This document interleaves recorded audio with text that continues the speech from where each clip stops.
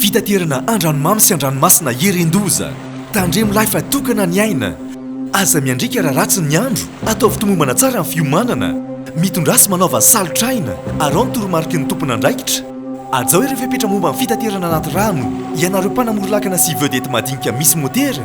Manarà ny fiofanana natokana ho anareo any amin'ny maso ivony APMF akaiky anareo indrindra. Raha misy ny tampoka na ny loza, ampandreneso ny APMF sy ny zandary ary manam-pahefana akaiky anao indrindra.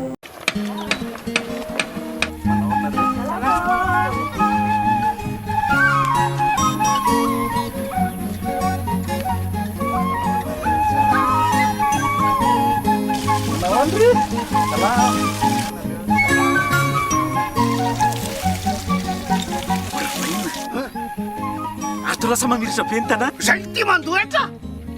Mana tena fampandrosoana nefa tsy manefa na ariary azo. Baka everina tonga fotsiny am'izao. Zay nareo zay tsy. Raha tiana mandroso ny tanàna, aloavy ny etranao.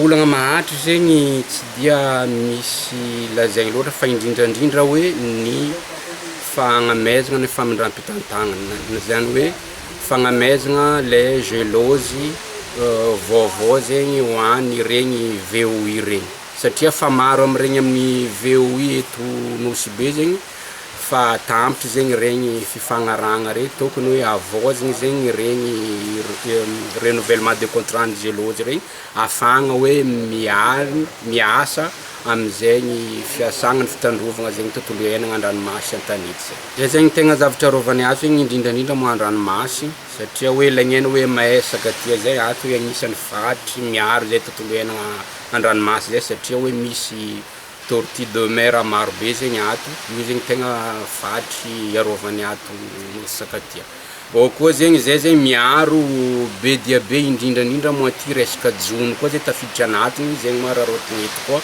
eo amin'ny resaka hoe arato aramalala zay satria ny arato zegny matetiky regny manimba zavatra maro fa raha ohatra hoe zay ato agnatiny fo zegny tsy mandrobaka le tontolo iainagna an-dranomasy indrindra mo resaka arato zay efa tsy magnarato lasteo fa ny hoe ny mpanjono avy agny ivelany zegny regny matetiky mandrobaka le raha ato ke zay zegny mba ilagna aingagna zegny fitantagnana ny arena voajanahary regny indrindra moa resaka amin'ny gelozy.